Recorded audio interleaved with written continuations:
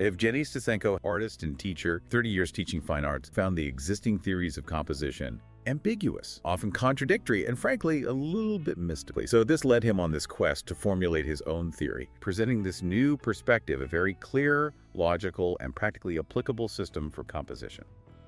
Evgeny Stasenko has laid out this complete holistic system in his books. There are 6 books in Russian, developed over time as he explored the ideas further and maybe addressed questions that came up.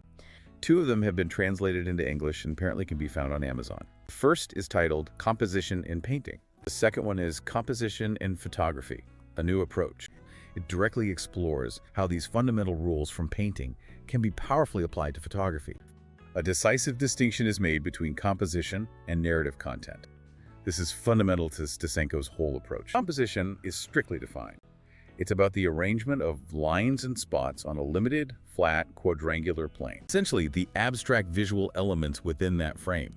And this is starkly contrasted with what he calls narrative content. Narrative content includes things like the illusory three-dimensional objects depicted within the frame, along with the imaginary space those objects seem to inhabit, and the story or the subject matter itself.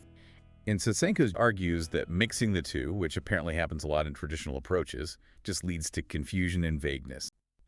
The system leans heavily on that fundamental relationship between figure and background. Gestalt psychology describes how our brains automatically organize what we see. The idea that our visual system instinctively organizes what we see into a distinct object or figure that stands out from its surroundings or background, it's considered like the absolute basis of visual perception.